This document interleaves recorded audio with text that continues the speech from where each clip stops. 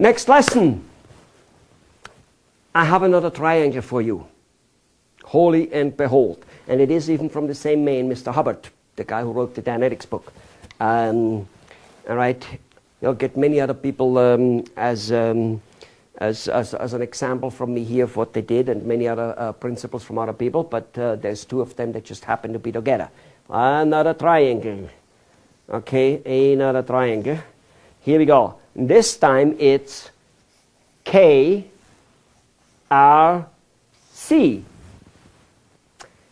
And when I do that in a seminar, I always ask what it means. And I usually get, well, reality, communication, and here some people don't know it. Some say, well, maybe that's knowledge. And it happens to be knowledge. Knowledge. However, this is not reality. This one is responsibility. Responsibility.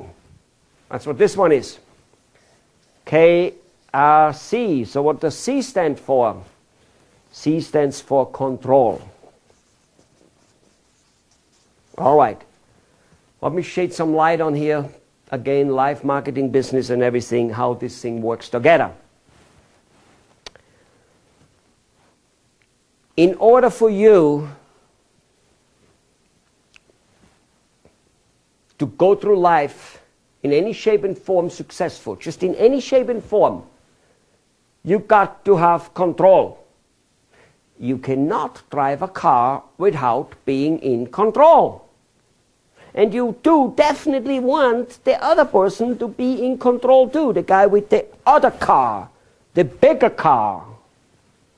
Oh yeah, control. Can you possibly have control over your car without knowledge on how to drive it? Nope, not possible. You've got to have knowledge to be in control. A sales presentation.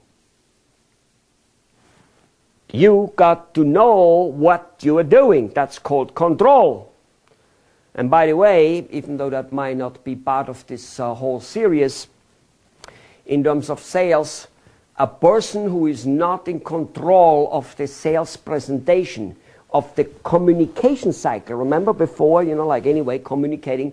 A person who is not in control of the communication cycle will lose the sales presentation. He will not make a sale, or yes, he will make the sale, but it will be a sale which loses money, or at least doesn't get the money you're supposed to get. All right? Part of the control there would be is the potential client, who is not a client yet, he's a prospect. Always confused by people as my client. Did he give you money? No. Well, then he's not your client. He's a prospect. I don't want to lose my client. Well, wait a minute. Did he give you money? Did you already buy? No. Well, then you can't lose anything you don't have. Anyway, in order to communicate with a person, and guide him through of what's best for him or why your product is good for him, you need to be in control of the communication. You are the one who got to be asking the questions and guiding the question. That's called control. If you constantly only answer your prospects, this is important, but it's not part of this series. If you only answer your prospects' questions, I guarantee you, if you do make a sale, it'll be for little money. By little money, meaning you will sell your product for less money. You got to be in control. A person says, do you have this? Do you have it in red? How much does your machine weigh? How much does it cost? How long is your delivery? If you just keep always giving the answer and then, so to say, shut up and look at him, nothing's going to happen. Yeah? Somebody asks me, well, how long is your delivery? I would right away say, well, Mr. Prospect, when do you need it delivered? See? Controlling. Okay? So that's controlling the conversation. But that's not about this. Overall, we've got to be in control. How can you market if you don't know how to market? Can you be in control of attracting as many prospects as you possibly could attract if you do not know how to market? You can't. You can't. Can you fix a machine if you don't know how to fix it? You can't. What will give you the knowledge. Some teachers, some whatever, yeah, sure. But it will be your responsibility to get the knowledge. And this is where most of us are missing. The responsibility to get the knowledge needed for knowing what we need to know. Now let me elaborate on that a little bit. Because in most cases, most of us are stuck with a limited amount of knowledge, or at least with maybe lots of knowledge in a limited amount of area. That might be a better way to express it. Meaning, you are a machinery manufacturer, you know all about manufacturing machines. And you know a tiny bit about other little things. And you know all about, let's say you make lots of money and you do well. But you also work 90 hours a week, and your wife complains that you're not enough home. And you say, well, honey, I'm doing that for us and the kids. I'm building a future. And you're right, of course you're right. And she knows that. But here's the problem. It is your irresponsibility, basically your lack of responsibility, that you find out and seek knowledges which would make it able for you to make as much money as you make, to have as good as a product as you have, to run as good as a company, if not better than you have now, while being home with your family much, much more. That's what it is. Yeah. It is our responsibility to get the knowledge we need so that we can be in control. And if that is out, we are screwed. And it is out with most of us to a high degree. I wish I could say that I have enough responsibility to get all the knowledge in all areas. I need it. I wish. I wish. I don't. I work on it on a daily basis to improve, and I hope from today on you do too. Because it is completely irresponsible to say, I work hard, but I have no time for my health, I have no time for my sports, I have no time for my hobby, and I have no time for my wife, and I have no time for my kids. I give my kids everything they want. They're going to have 50 lakh ruby a month coming in. They're going to have $50,000 a month coming in. They got everything they want. What else can I do? Be responsible enough to get the knowledge that you can be with them. Because most of the kids and most of the wives, yes, they don't mind the money you make, of course not, and it's fine. But that's not 100% what they bargained for. They want you. You want to do other things. No matter how much you like your profession, no matter how much you like your job. I love my one a lot. I've had several in my life, and I love them all. 15 years in the hotel business around the world, learning languages, learning people. I loved it. My consulting business for 20 years. I love it. But that does not mean I don't also like to do other things. For instance, for me, my company in the United States is running more or less well enough for me to be able to do what I want to do, such as go to new countries, to different countries like India, like Taiwan, and do business there. Go and dabble a little bit in real estate, which sometimes goes well and sometimes doesn't go so well. When there's such a thing like an influx of, some type of volcano erupting and the whole real estate business crashes.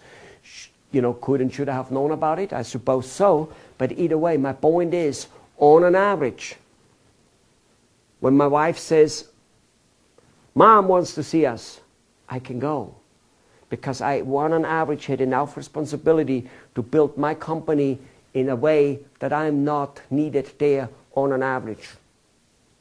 At least I can go for days and weeks at a time and can pursue my own goal. Most of the time my goals have to do with some type of work, have to do with spending time with my wife a little bit. But whatever they are, on an average I can do them, and that is responsibility. So, if you only want to bang your head against the way you market your business now, the way you sell your business now, and if you want to only think of like increasing the closing ratio, because people are, more people want to buy or should buy from the ones you talk to, or they should buy at slightly higher prices, and then your problems would be solved because You have all this, people pushing down your price. We all have that. All in all professions, in all countries, and some countries and some cultures maybe to do it more. You created it either way. You can get out of it by having more prospects asking for your product and services, and then you don't need to give in the price because you have so many asking for it. But it takes responsibility to learn that. And I might add, you're of course well on the way, otherwise you wouldn't already listen to this tape. I just hope that you continue so, because there's a tremendous amount more, not just in this tape series. This is only the beginning. After that you need to actually go into the doing. It's one thing to learn how to ski on a theoretical level. It's another thing to ski down that hill. It's one thing to learn in school how to fix and repair and build a machine, or how to be an MBA student and how to run a business. It's a whole different one to then go out and run that business with all the obstacles thrown in your way. But keep in mind, no obstacle, no medal. We wouldn't be loving winning so much if there would be no obstacles. All right, I'm going to get into that more. Ladies and gentlemen, you've got to take responsibility to learn enough knowledge so that the areas which right now don't go quite as well as they should and could, that they can get fixed. And in many cases you don't know which that area is. Maybe till today you didn't realize that marketing is one of the big areas missing in your business, which could solve all your other problems, all your staff problems and everything. And I will get to that. Why? Because if you make enough money, does it really matter whether you have a high percentage of staff overhead or a high percentage of that? As long as you have enough business that you still make tremendous amount of money and have free time, does it really matter? No. So it is the knowledge to achieve your end goal, and we're going to talk about the end goal and about all that stuff more.